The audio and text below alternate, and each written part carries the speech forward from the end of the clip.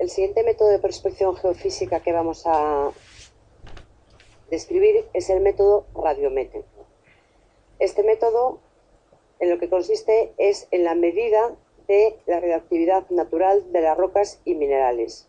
Por lo tanto, es un método pasivo, ya que el origen del campo es natural.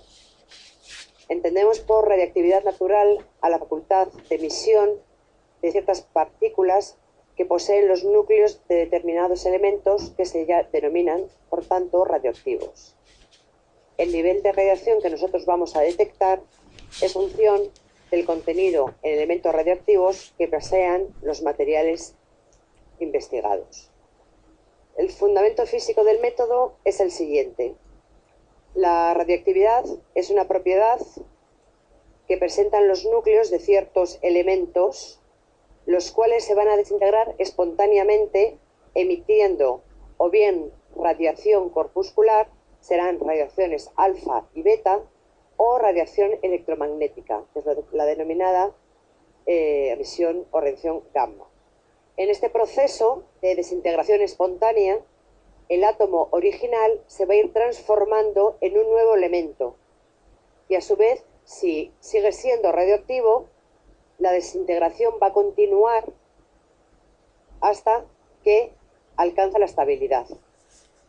En el otro caso, ocurre que el elemento alcanza esta estabilidad en una sola transformación. Esta sucesión de transformaciones de un elemento inicial inestable hasta otro final que es estable, pasando por distintos estados intermedios en función de los casos, es lo que en su conjunto se denomina o constituye una serie radioactiva. Son radioactivos todos los elementos naturales con un número atómico superior al del bismuto, que es 33. Con este número o inferior son también radioactivos algunos isótopos de algunos elementos.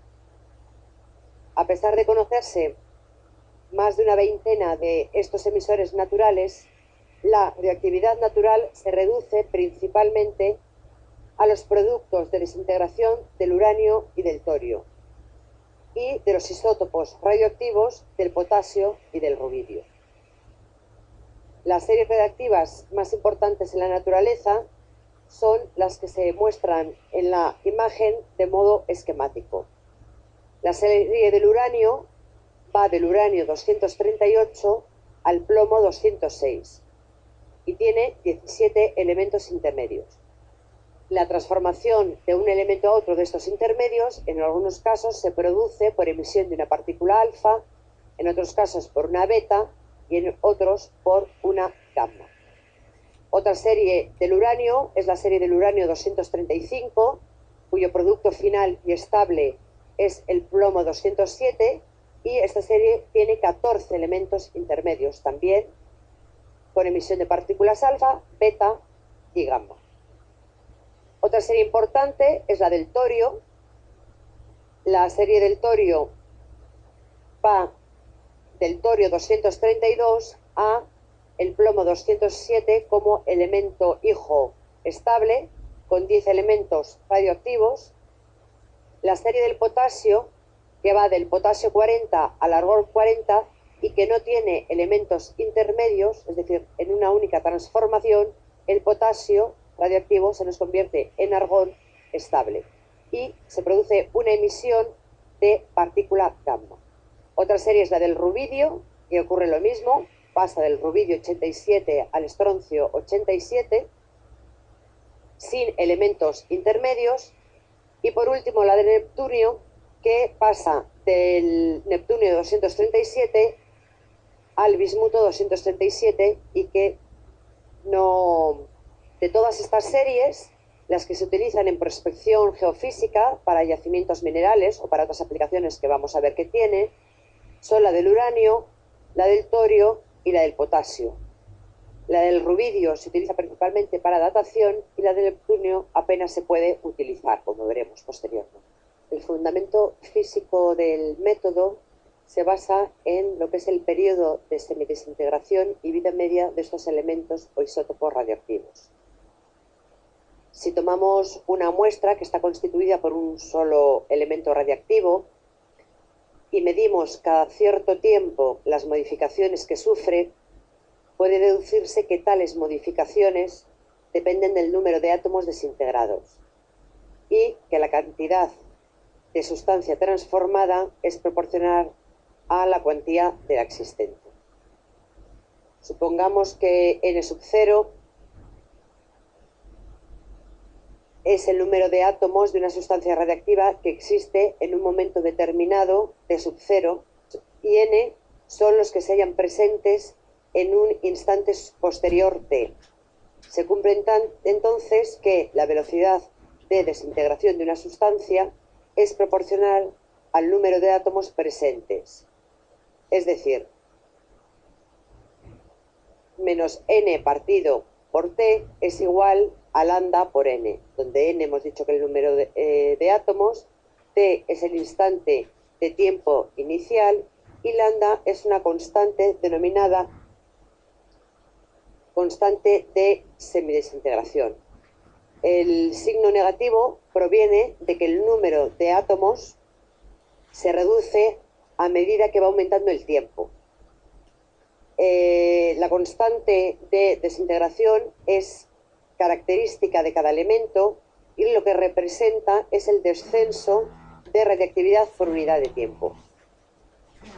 Agrupando la ecuación anterior en n y t e integrando entre n sub 0 y n y entre t y un tiempo 0, obtenemos que el logaritmo de n va a ser igual a menos lambda por t más el logaritmo de n sub 0. Despejando, sustituyendo, lo que obtenemos es que t es igual a 1 partido por lambda por el logaritmo de n sub 0 partido por n, donde t es el periodo de desintegración. Podemos considerar que esta t es el tiempo para el cual el número de átomos existentes es la mitad de los iniciales. Es decir, que n sub 0 partido por n es igual a 2. Si operamos y sustituimos, la ecuación final o expresión final que nos queda es que t va a ser igual a 0,693 por un valor θ. Y lambda es la inversa de θ, que recibe el nombre de vida media y es la constante que representa el tiempo que por término medio tarda un átomo en desintegrarse. Se comprende que la vida media no tiene un significado de que todos los átomos se transformen conjuntamente en ese periodo de tiempo. Es por el contrario más bien un concepto estadístico, en la que en este concepto algunos átomos se van a ir desintegrando en tanto que otros se van a mantener estables durante un tiempo determinado que es desconocido, pero superior, sin que pueda predecirse cuáles serán unos y cuáles serán otros. La vida media de los elementos radiactivos varía enormemente, desde, por ejemplo, 10 elevado a menos 7 segundos para el polonio 212 hasta 10 elevado a 19 para el plomo 204. La constante lambda se puede determinar experimentalmente y si se miden n sub 0 y n, podemos calcular la t, que es lo que constituye la base del método de datación radiométrica. Por ejemplo, cuando utilizamos la serie del rubidio-estroncio para datación radiométrica, en la que consiste es que conocemos que el rubidio 87 se transforma en el estroncio 87 más la emisión de una partícula beta. Si tomamos un número o el número inicial de átomos de rubidio 87 como n sub 0 y se supone que entonces no existían átomos de estroncio 87 en ese momento, el número de átomos de rubidio y estroncio viene determinado por la siguiente expresión. El número de rubidio será n sub 0 por e elevado menos lambda t, y para el caso del estroncio lo mismo. Si dividimos estas expresiones, es decir, la n del estroncio partido por la n del rubidio, obtenemos que va a ser igual a e elevado a menos lambda t por 1, menos 1. De esta forma, si conocemos lambda, que hemos dicho que es un parámetro conocido y específico de los distintos isótopos, podemos calcular cuál es el tiempo midiendo en la roca la relación estroncio-rubidio. Como la vida media del rubidio es de 4,9 elevado a 10 años, este método va a ser útil para datar rocas del Precámbrico que finalizó hace 6 por 10 elevado a 8 años. Bien, como hemos comentado antes, en las series radioactivas se va produciendo una desintegración espontánea de los elementos hasta alcanzar la estabilidad. Hemos visto que las series radioactivas pueden ser más o menos largas, y el tipo de emisión de partículas que emiten los elementos en este proceso de desintegración puede ser de dos tipos. Es decir, en la transformación de un elemento a otro se puede producir una emisión o una radiación de una partícula alfa, de una partícula beta o de una partícula gamma. La radiación alfa está constituida por núcleos de helio, es decir, por 2 protones y por 2 neutrones, que tienen carga más 2 y una masa 4, y por tanto son de naturaleza corpuscular. En este caso, cuando un átomo radioactivo emite una partícula alfa, el núcleo lo que ocurre es que pierde 2 cargas positivas y 4 unidades de masa. Se está viendo en la imagen cómo la transformación del uranio 238 con una carga de 92 se transforma al torio 234, 4 unidades menos de masa y pérdida de 2 cargas. Y cuando se produce esta transformación, se produce un nuevo átomo cuyo número atómico es 2 unidades menor y un peso atómico 4 veces inferior, comportándose químicamente como un elemento situado 2 lugares anteriores en la tabla periódica. La velocidad de expulsión de estas partículas alfa es muy elevada, pero a causa de su gran tamaño resultan fácilmente frenadas por choques sucesivos con la misma materia que le rodea, alcanzando rápidamente un estado pasivo como un átomo neutro de helio. De hecho, la radiación alfa es detenida por una capa de materia muy delgada, como puede ser una hoja de papel, ¿no? Y tiene un alcance en el aire de unos 2,5 centímetros.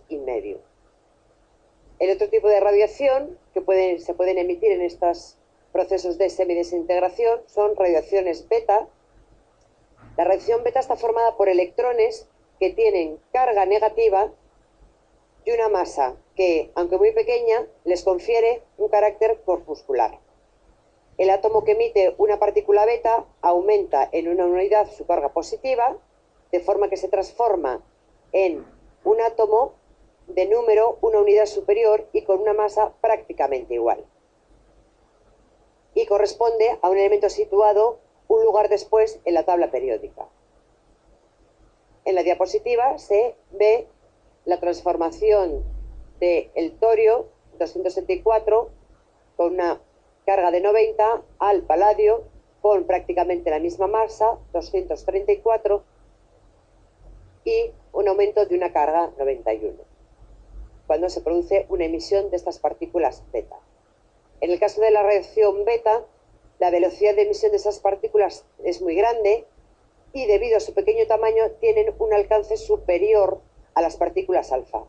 Son detenidas por una delgada lámina de plomo o placas de aluminio de unos 5 milímetros de espesor. En algunos casos puede ser capas de algunos centímetros de arena, y en el aire alcanza unos 2 metros.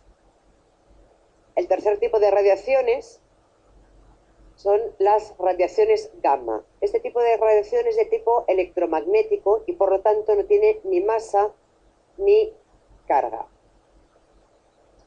Debido al carácter no corpuscular de este tipo de radiación, su poder ionizante es muy pequeño, pero la capacidad de penetración es muy elevada. Al no tener masa ni carga, tras su emisión, ninguna de las características del elemento se va a transformar. Realmente la emisión de las partículas gamma es el resultado de reajustes energéticos a nivel atómico. Esto ocurre cuando un elemento radioactivo ha liberado una partícula beta o más raramente una alfa, y lo que ocurre es que el núcleo queda en estado de excitación y vuelve a su estado natural tras emitir una de estas partículas gamma. El alcance de esta radiación es de varios centímetros en plomo, 30 centímetros en roca y de varias decenas de metros en aire. Debido a las características de estos tres tipos de radiación, es decir, el poco alcance de la radiación alfa y beta, la radiación gamma es la que se emplea actualmente en prospección minera. Vamos a ver ahora las unidades de radiación. Las unidades en radioactividad se emplean no solo para definir las propiedades del material, como ocurre con otros métodos, sino que también se emplean para medir las consecuencias de la exposición a la radiación en los materiales en los que está incidiendo esa radiación.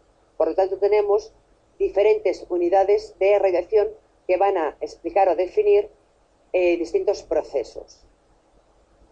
La intensidad de una fuente radiactiva, por ejemplo, varía en función del ritmo con que se desintegran los átomos y se mide en bequerelios, que equivale a una desintegración segundo.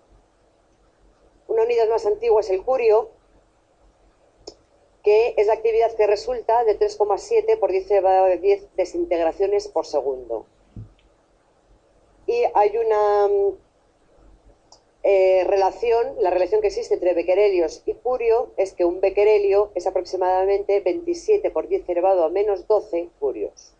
Uno de los efectos de la radiactividad es ionizar el aire, fenómeno que es fácilmente medible. La tasa de exposición a esta radiación ionizante se mide en coulombios kilogramo, aunque normalmente se emplea otra unidad que es el Roentgen, que expresa la cantidad de radiación absorbida por unidad de volumen o de masa. En prospección se utiliza esta unidad en submúltiplos, en micro o en mili Roentgen. Otra unidad que mide la energía de estas radiaciones, sobre todo de la radiación electromagnética, es el electronvoltio, que representa la energía adquirida por un electrón cuando es acelerado por una diferencia de potencial de 1 voltio. Normalmente se expresa en miles o en millones de electronvoltios. Y por último, existen otro tipo de unidades, no específicamente usadas en prospección, pero sí en lo que se refieren sobre todo a las dosis máximas admisibles en personas. Y se trata de lo que es la dosis absorbida, que es la energía cedida por la radiación ionizante a la unidad de masa de un material absorbente, y daño biológico, que es el daño que puede causar estas radiaciones en el cuerpo humano. Normalmente los equipos de medida para prospección indican la radiactividad en cuentas o dosis por unidad de tiempo, normalmente en cuentas por segundo. Esta unidad no tiene en cuenta la energía de la radiación, y para traducirlas a Roentgen hay que hacer un tarado y calibración de los instrumentos que veremos posteriormente. Bien, en la superficie de la Tierra se presentan los tres tipos de radiaciones que hemos indicado, la alfa, la beta y la gamma, aunque su distribución realmente de lo que depende es de los elementos que emite. En la tabla de la imagen se observa una tabla en que se recogen los contenidos medios en uranio y en torio, en partes por millón, que presentan los distintos tipos de rocas. A la vista de los datos se ve que hay una gran variedad de concentraciones. Las características radiactivas de las rocas dependen de la abundancia inicial de elementos radiactivos y de la historia geológica de la propia roca. Además, procesos como el metamorfismo o la meteorización van a jugar un papel muy importante en la distribución de estos radioelementos. La mayor parte del uranio y del torio que están presentes en las rocas ígneas están concentrados en minerales comunes accesorios, como pueden ser el zircón, la esfena o el apatito. Normalmente, los minerales que son fuertemente radiactivos, lo que podríamos denominar minerales radioactivos, se presentan distribuidos erráticamente y dispersos. En general, la concentración del uranio y el torio podríamos decir que aumenta con la acidez y que la meteorización de rocas ígneas metamórficas y sedimentarias que los contienen los libera. El primero, generalmente en forma de compuestos solubles, y el segundo en forma detrítica. Posteriormente, estos elementos pueden ser redepositados en distintos tipos de sedimentos. El potasio se presenta también en muchos tipos de rocas, pero su concentración se incrementa con la acidez de estas. Así, el contenido en potasio en granitos triplica la existencia de lo que existe en los basaltos. También la dispersión del potasio es muy elevada, incluso en rocas del mismo tipo y de la misma edad o de la misma formación geológica. En la tabla se muestra el porcentaje de potasio o la concentración de actividad de este en becquerelios kilo para distintos tipos de rocas. Como se ha comentado, existe también en lo que es la concentración o el porcentaje de potasio valores muy dispersos. Bien, la prospección radiométrica en lo que consiste es en obtener las concentraciones de isótopos radioactivos que están presentes en el terreno. La radioactividad realmente forma parte de nuestro medio ambiente. La mayor parte del campo radioactivo es de origen natural y proviene de los rayos cósmicos. También proviene de la radioactividad natural de las rocas y de los productos de desintegración del radón en el aire. También existe radioactividad artificial, que es la emitida por las centrales productoras de energía nuclear y por algunas plantas industriales o laboratorios de investigación. Las emisiones de estas plantas normalmente son muy pequeñas cuando funcionan en un régimen normal, aunque pueden liberar lógicamente grandes cantidades en ambientes si se producen accidentes, por ejemplo el de Chernobyl en el 86 o recientemente en Japón. Una de las aplicaciones que tiene la prospección radiométrica es que no es solo útil para la prospección de minerales radioactivos, como se podría pensar, sino para la prospección o la definición de ciertas rocas que pueden tener concentraciones o trazas de emisiones de radiación gamma, y que también puede utilizarse, por tanto, esta prospección radiométrica para la cartografía geológica de cualquier litología que tenga diferente radioactividad, como puede ser para cartografía de granitos de distintos tipos. Actualmente, el método radiométrico no es de los más importantes, por no decir poco importante en el contexto geofísico. Sí que ha tenido momentos de gran esplendor, en los momentos en que había una gran demanda de minerales radioactivos. Sin embargo, estos altibajos en lo que es la prospección radiométrica en la búsqueda de elementos o minerales radioactivos no ha sido así, o no ha sucedido así, no ha afectado en prospección petrolífera, que también se utiliza como prospecciones auxiliares.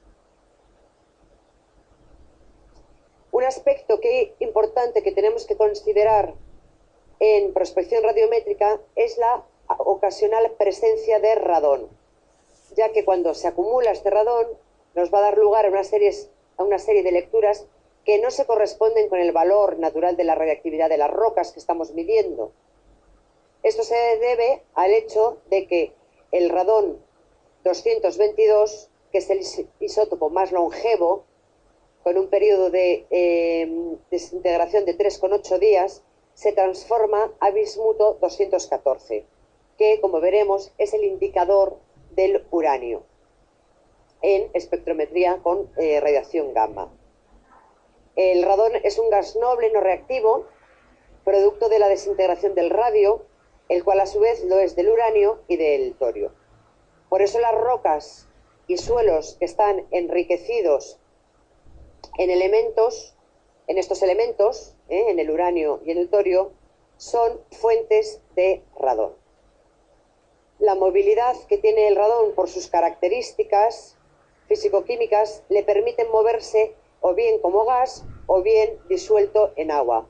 Por lo tanto, tiene una fácil movilidad, puede ser transportado de unos lugares a otros, bien por aire, bien por agua, tanto superficial como subterráneamente, pudiendo acumularse localmente, si existen condiciones para que se produzca esta acumulación, hasta que se desintegra y por lo tanto se destruye.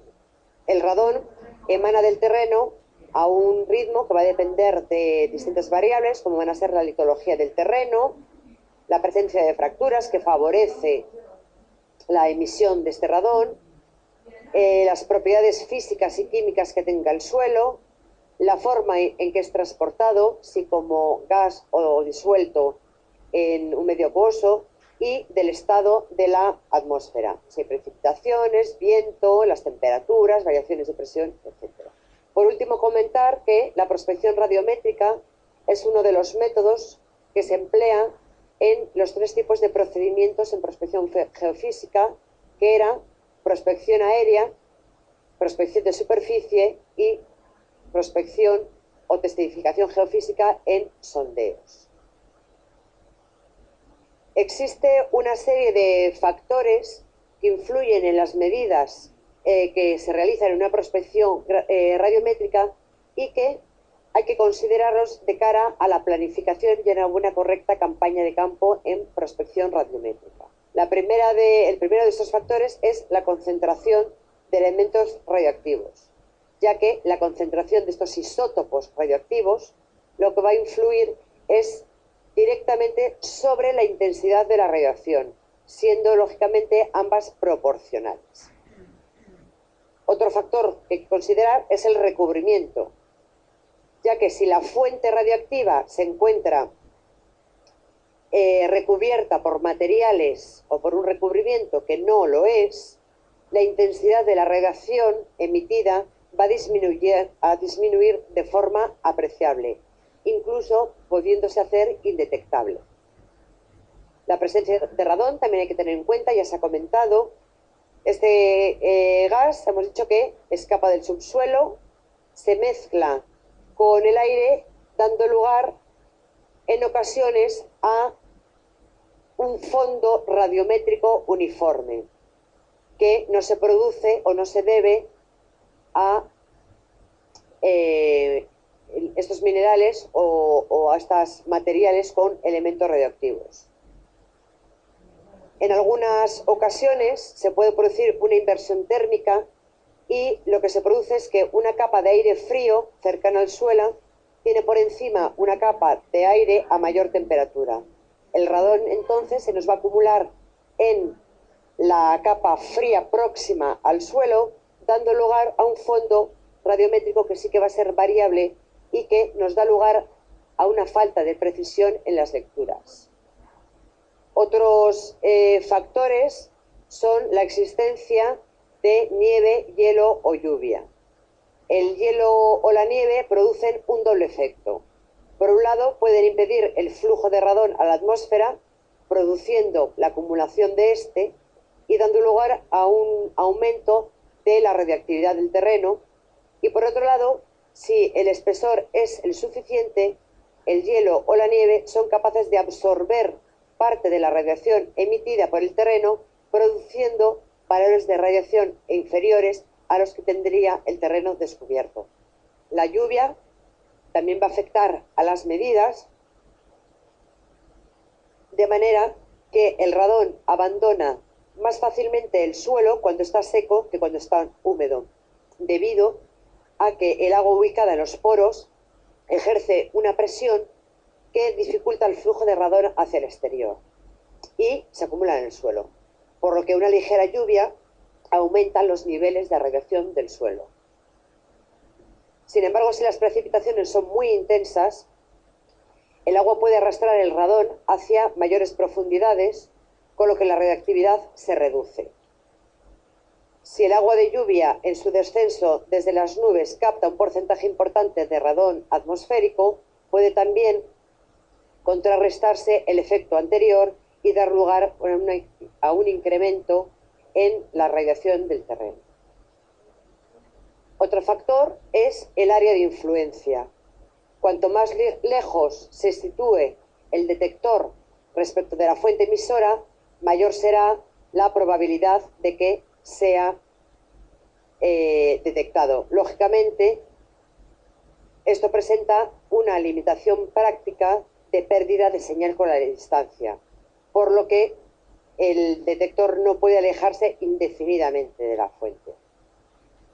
La distancia de separación entre la fuente y el detector es otro factor a considerar en la prospección radiométrica, ya que al aumentar la distancia de separación, la intensidad de la radiación que llega al detector va a disminuir.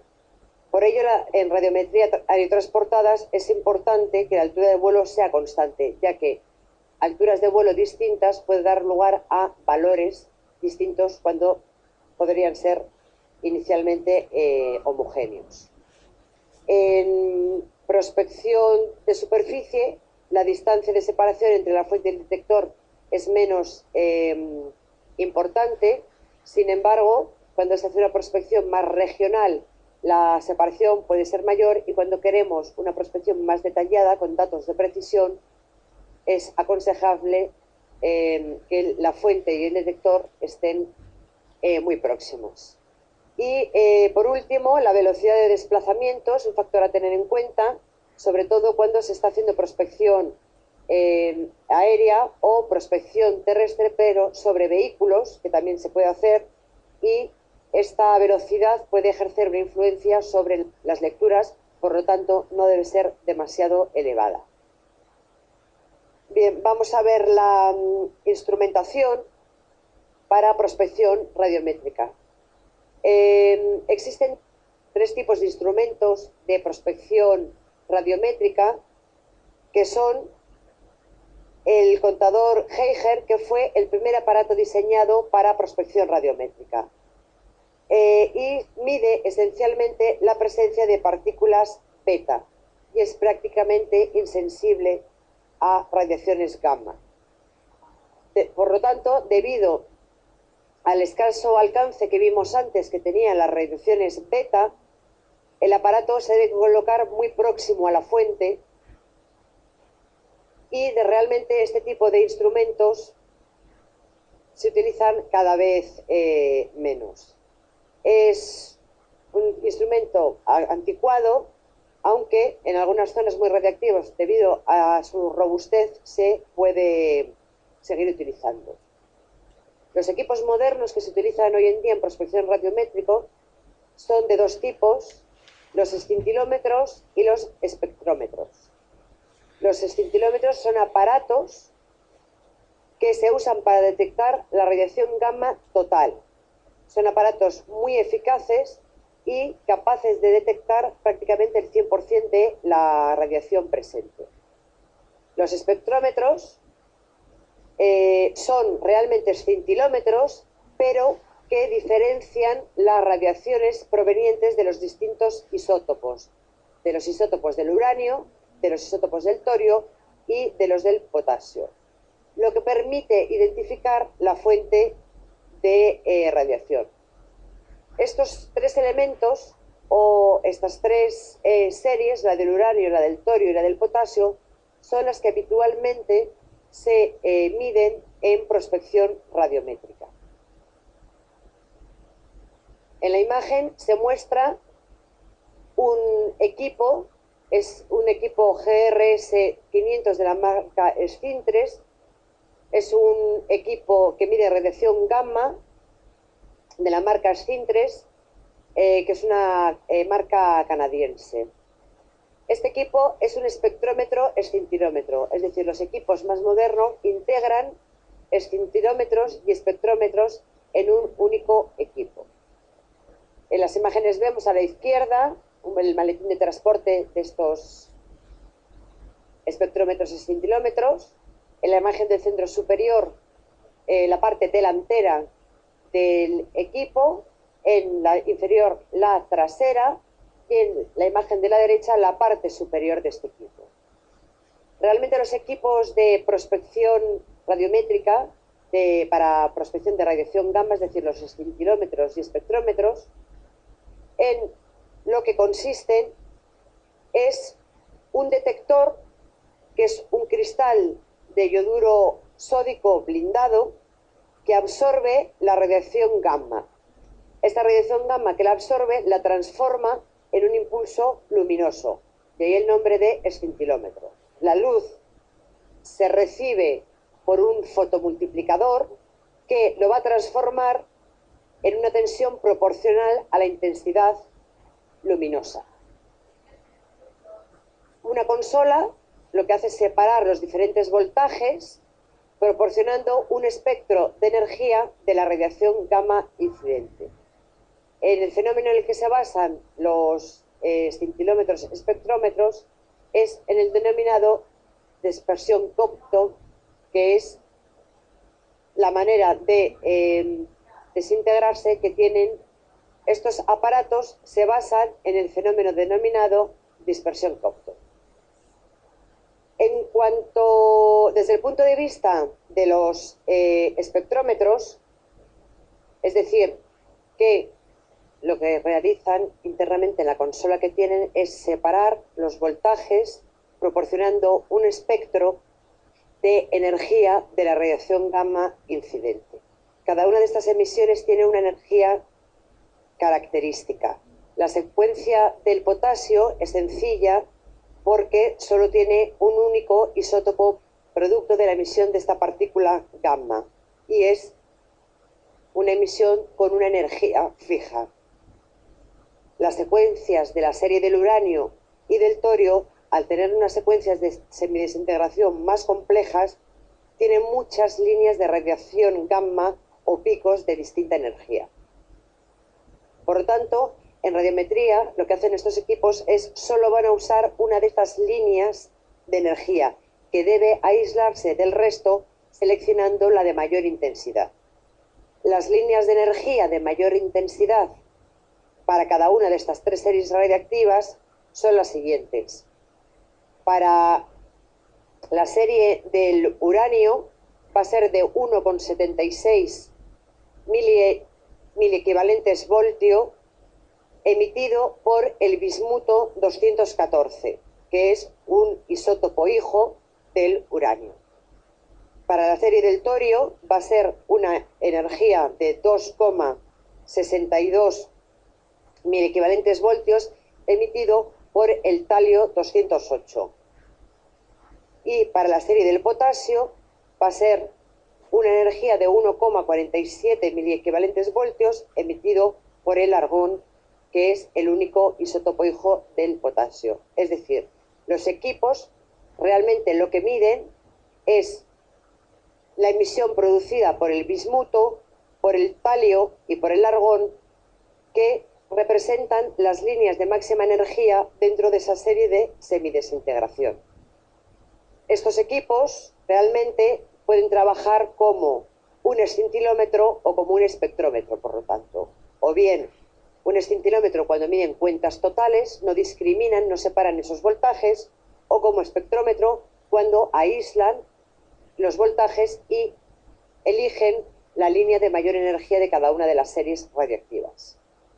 En la imagen se ve en un espectro de la energía frente a las cuentas por segundo, que es en las unidades que hemos dicho que miden los equipos, con los picos de máxima energía para cada una de las series. Vamos a ver entonces los componentes de los espectrómetros. Como os he comentado, este equipo, vamos a ver entonces los componentes de los espectrómetros. En la imagen se muestra la parte delantera en concreto de este espectrómetro. Otros tendrán otros formatos, pero similares, en el que se encuentra un compartimento para las baterías, para el funcionamiento del equipo, son simplemente unas pilas, y la ventana de medición, es decir, ahí está localizado ese cristal de yoduro sódico que es el detector de esas emisiones gamma. En la parte posterior tiene una serie de controles. Tiene primero un control de audio y su correspondiente salida para el audio. Tiene una fuente de vario 133, tiene un controlador de calibración en campo, tiene un controlador de calibración a largo plazo y un interruptor con 12 posiciones. Entonces vamos a ir viendo para qué sirven cada una de estas funciones. Los espectrómetros tienen que ser calibrados antes de la prospección radiométrica. Para ello, cada equipo viene con una pastilla de un elemento radioactivo, en concreto este espectrómetro con una pastilla de bario 133, que nos va a servir para realizar la calibración. De lo que se trata es de comprobar que el equipo está midiendo correctamente. Para ello se saca la pastilla de su posición y se inserta en el detector, obteniendo una lectura. Esa es la lectura. Si esta lectura corresponde con la que tiene grabada la pastilla, el equipo estará calibrado correctamente. Hay que tener en cuenta que estas pastillas de calibración son pastillas de elementos radioactivos que también tienen una vida media y por lo tanto se van desintegrando con el tiempo. Por lo tanto, los equipos vienen siempre con una tabla en la que se muestra según los años que vaya teniendo el equipo, qué actividad relativa tiene. Es decir, en concreto por este equipo, el primer año de funcionamiento del equipo, desde que se calibró en fábrica, la actividad relativa de esta pastilla de radio es del 100%. Según van pasando los años, esta actividad va a ir disminuyendo hasta 7 años después de la fabricación, que la actividad relativa de la fuente va a ser del 50% y habrá que sustituirla. Es importante, cuando se está calibrando, saber la edad de esta pastilla para hacer la corrección necesaria en ese dato de calibración. Las lecturas que se admiten con este equipo pueden tener un error de más o menos 55 cuentas por segundo. El equipo contaba también con un mando con 10 posiciones. Este mando es para seleccionar las distintas opciones de medida. Por un lado, hay que configurar o decidir los tiempos de lectura. Este equipo en concreto puede medir cada segundo o cada 10 segundos. Cada segundo las lecturas serán más rápidas, la prospección por lo tanto será más rápido y se cubrirá más zona. Sin embargo, las lecturas serán menos precisas que si tardamos en hacer la lectura 10 segundos. Y la otra opción que hay que configurar en este mando de las posiciones es las ventanas de energía en la que vamos a medir. Tiene 5 opciones. La posición TC1, que lo que nos va a medir es cuentas totales por encima de 0,08 milequivalentes voltios. Y TC2, que también mide cuentas totales, pero en este caso por encima de 0,40. En la posición TC1 y TC2, por lo tanto, el equipo estará trabajando en modo de escincilómetro. Y luego tenemos las opciones para las distintas series radioactivas. Para la serie del potasio, que lo que nos va a medir el equipo son todas las energías gamma entre 1,35 y 1,59.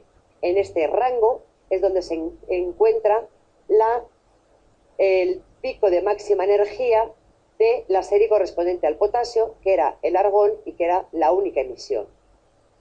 Si lo ponemos en el canal U, vamos a medir todas las energías gamma entre 1,65 y 1,87. Dentro de este rango se encuentra la máxima energía de emisión de la serie del uranio, que dijimos correspondía con el bismuto. Y si lo ponemos en el canal del talio, todas las energías gamma superiores a 2,45, donde se encuentra la del elemento característico de máxima intensidad de energía de esta serie, que es el talio. Bien, existen fórmulas para realizar una correlación aproximada entre las medidas obtenidas en el canal del uranio, del torio y del potasio con la concentración que presentan estas sustancias en el terreno, debido a que las medidas que se realizan en estos canales es en cuentas por segundo.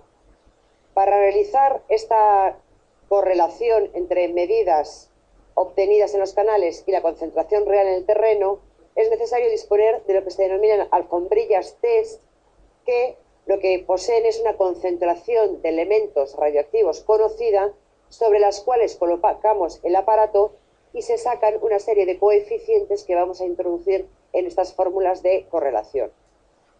Debido a que el uranio se detecta a partir del bismuto, la concentración estimada de uranio en el terreno se da en equivalentes de uranio, es decir, E sub U.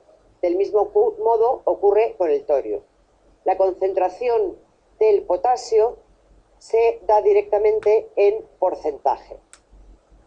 Las lecturas que realizan los espectrómetros quedan, en algunos casos, según los equipos, registradas internamente y luego se pueden transferir a un ordenador, o bien se dan en forma de lectura en unas pantallas líquidas. En concreto, este equipo no tiene posibilidad de almacenaje. Existen en el mercado otros que sí. Las lecturas se dan en una pantalla, que es una pantalla de cristal líquido, con 5 dígitos. Las lecturas, como se ha dicho, son en cuentas por segundo. El rango de lecturas es de 99.999 cuentas por segundo. En esta pantalla también se da un indicador de la carga de la batería y la lectura no es continua, es decir, en cada punto de medida habrá que hacer 2 o 3 medidas y establecer una media entre ellas. La toma de medidas, como se ha dicho, no es de forma continua debido a la necesidad de un determinado tiempo que requiere el equipo para procesarlas. Por ello, entre cada una de estas medidas existe lo que se denomina el tiempo muerto. En este aparato alcanza un valor de 4 microsegundos y habrá que corregir este tiempo muerto tal y como veremos. Bien, el tiempo muerto es el tiempo que necesita la electrónica interna del aparato para realizar y procesar la medida. Y hay que corregir las lecturas que hagamos en cuentas por segundo del aparato, las que obtenemos directamente de la pantalla, por este valor. La manera es aplicando la fórmula siguiente. El valor real de cuentas por segundo de la lectura realizada va a ser igual a la lectura que ya hemos realizado en el aparato, partido por 1 menos C sub 0, que es la lectura del aparato, por T sub D, que es el tiempo muerto y que, como os he comentado, en este equipo es de 4 microsegundos.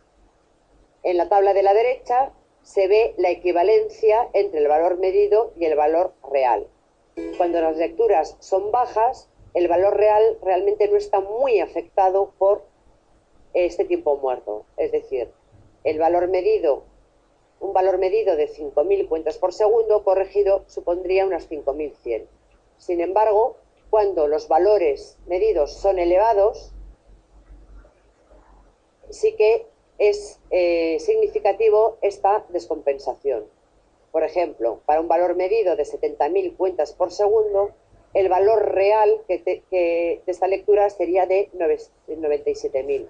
Por lo tanto, es importante, cuando se detectan anomalías que van a tener valores elevados de radiación, realizar la corrección por el tiempo muerto. Bien, pasamos a la siguiente fase, que sería establecer el modus operandi de en el método de prospección radiométrica. El primer paso, como en el resto de los métodos, es realizar la planificación del trabajo de campo. Con este equipo, como se ha visto, y como muchos que existen en el mercado, que tiene las funciones de escintilómetro y de espectrómetro, podemos trabajar de dos maneras. Cuando trabajamos en modo escintilómetro, se usa normalmente para una investigación o reconocimiento general. Es un aparato sensible para esta banda ancha de energía y mide la radiación gamma total emitido de forma natural por el potasio, la serie del uranio y del torio, pero mide el total. La otra manera de trabajar es como espectrómetro, y hemos dicho que así es capaz de detectar la radiación de determinados isótopos de forma aislada, el del bismuto, el del talio y el del potasio, que corresponden a las máximas de energía de las tres series radiactivas. Normalmente, en modo espectrómetro, se trabaja cuando queremos hacer una prospección de detalle.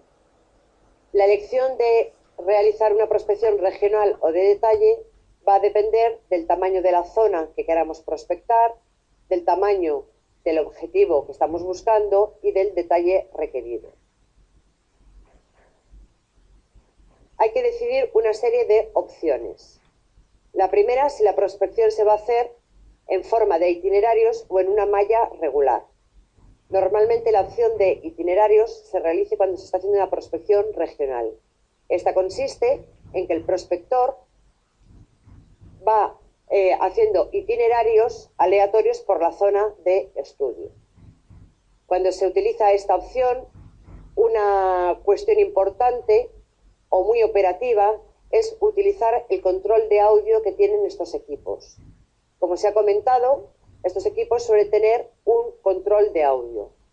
La manera de operar utilizando este control de audio es determinar el valor del fondo local de la zona y marcar o posicionar este control de audio de manera que solo pite o avise cuando nos acercamos a una zona que está por encima de ese valor de fondo. De manera, esta prospección es muy cómoda, se cubren grandes superficies en poco tiempo, ya que simplemente se trata de ir andando por la zona y en el momento que el audio nos avise, parar y tomar una medida. Esta medida se anotará en un estabillo y se localizará mediante GPS su posición. Trabajar en malla consiste en establecer un mallado regular de la zona de estudio e ir tomando medidas de detalle en cada uno de los nódulos de la malla. Cuando estamos realizando prospección regional, estos itinerarios aleatorios con control de audio se pueden espaciar las medidas entre 30 a 300 metros. El registro puede ser, como se ha dicho, de forma continua o con el control de audio. El tiempo de muestreo que se suele utilizar es de 1 segundo, ya que no se requiere demasiado detalle, simplemente detectar zonas más interesantes para hacer la prospección de detalle.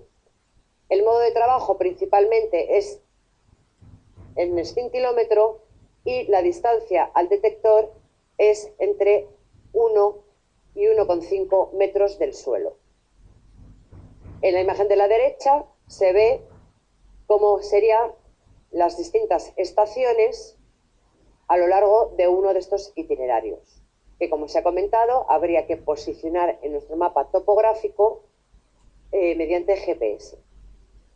La prospección de detalle Se trata de hacer una malla regular, que normalmente las distancias entre estaciones va a ser entre 3 y 10 metros. El registro se va a hacer estación por estación, parando en cada una de ellas y tomando las medidas. El tiempo de muestreo va a ser de unos 10 segundos, el máximo que permite este equipo, y el modo de trabajo va a ser en modo espectrómetro, para discernir los distintos canales. La distancia al detector se va a poner el equipo directamente sobre el terreno.